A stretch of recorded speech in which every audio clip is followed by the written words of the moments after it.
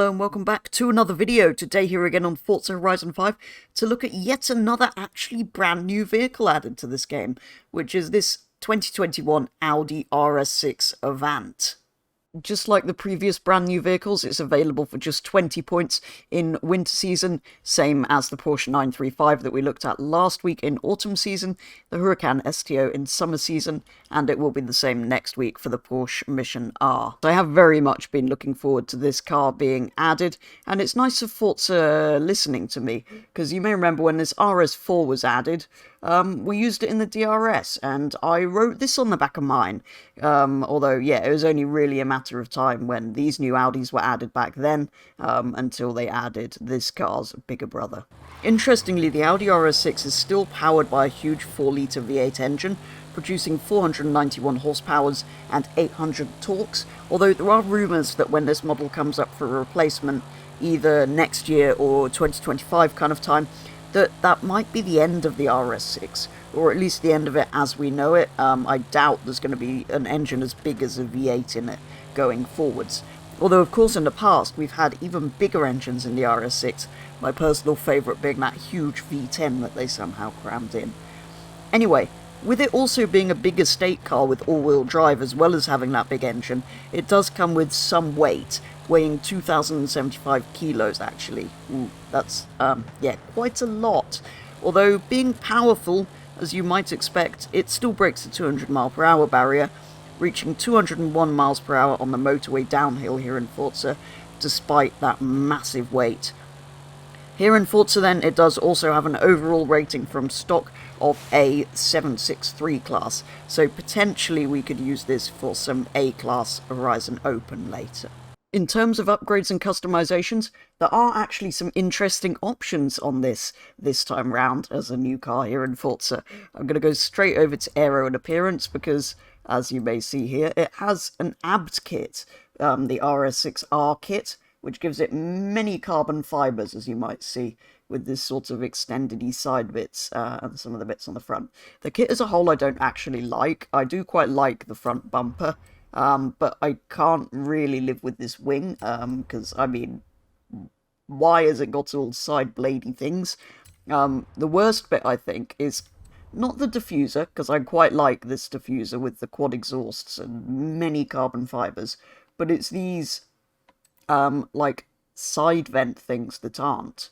There clearly isn't a vent there, so I just can't live with this trend of fake vents. That's not the only one either, because if we put the side skirt one on, you get a fake vent there as well.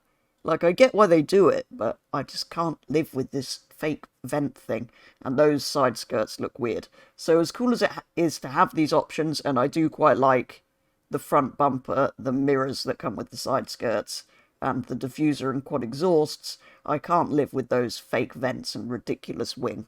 So, yeah, I am going to take this off in a minute when I've shown you through the upgrades.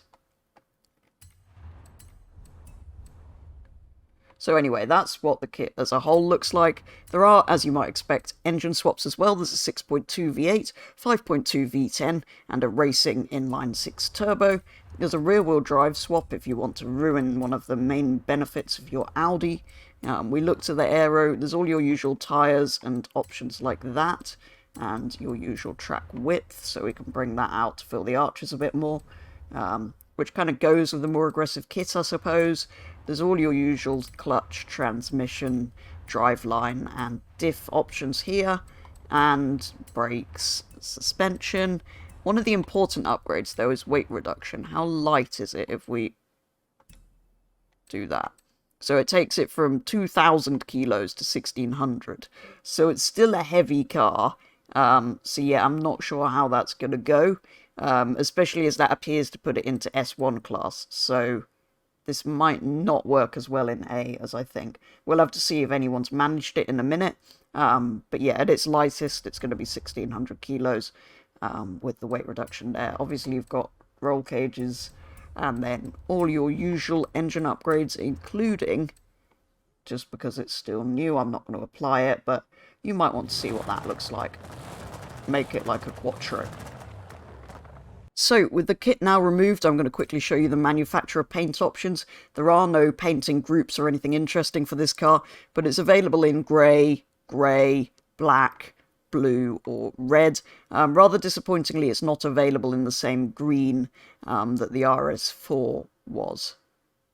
So for now, I think I'm going to paint it in the blue. That's my favourite manufacturer colour. So as we suspected when we first looked at upgrades, it isn't possible to get full weight reduction on this car in A-Class as far as I can tell. I think a few people have told me that it's not possible. But despite that, I applied this A-Class ESV Mars tune, but as you can see, it's 1800 kilos, not 1600 kilos. It is, of course, on rally tyres, because that kind of makes sense PI-wise for A-Class. But let's see if it handles okay, because I think I'm going to struggle a bit with an 1800 kilo car. So yes, as we thought when we put that tune on, it wasn't great when we went for 3 Horizon Open races with some of you guys on stream when I just unlocked this car. Yeah, you could just tell it was heavy basically. And as I often find with these, it was a bit oversteery for my liking too. You would get used to that and potentially to the weight as well. But yeah, for a while I was kind of outbraking myself, struggling with the corners. I did eventually get more used to it and really enjoyed the race around Los Jardins circuit that we did. So I had a fun, like really enjoyable race in this car, but it didn't do very well. And yeah, throughout the whole thing, it did just feel quite heavy.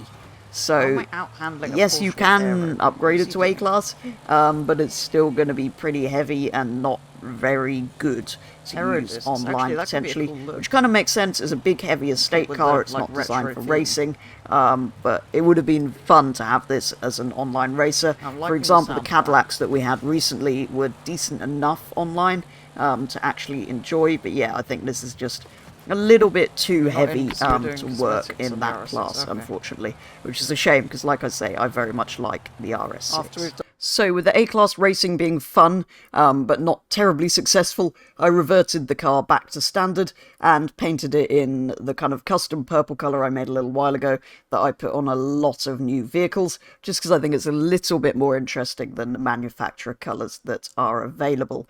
So yeah, it's great to see the RS6 added, like I said, ever since the RS4, RS3 and RS7 were added way back when they came to the game. I have been kind of looking forward to this car and hoping it would come to the game and kind of suspecting it would eventually. So it's great to see it in here, great to see it has some cool customization options like the ABD kit, although personally I'm not the fan of those kind of stick-on vents, so I'm not going to be using that, but it is good to see Forza adding some kind of customization options. It would just be nice if there was more of them, and they were on every car, for example, but they are improving in that sense. It is just great to have so many new cars added as well, so yeah, whether you're a fan of this car or not, it's good to see they are adding new stuff that the community wants, or that a lot of people want. So yeah, it is a fun one. I think it's a great car. I love the RS6. It's fun to drive stock, but yeah, it is a heavy, heavy thing. Does have a pretty amazing top speed given its weight.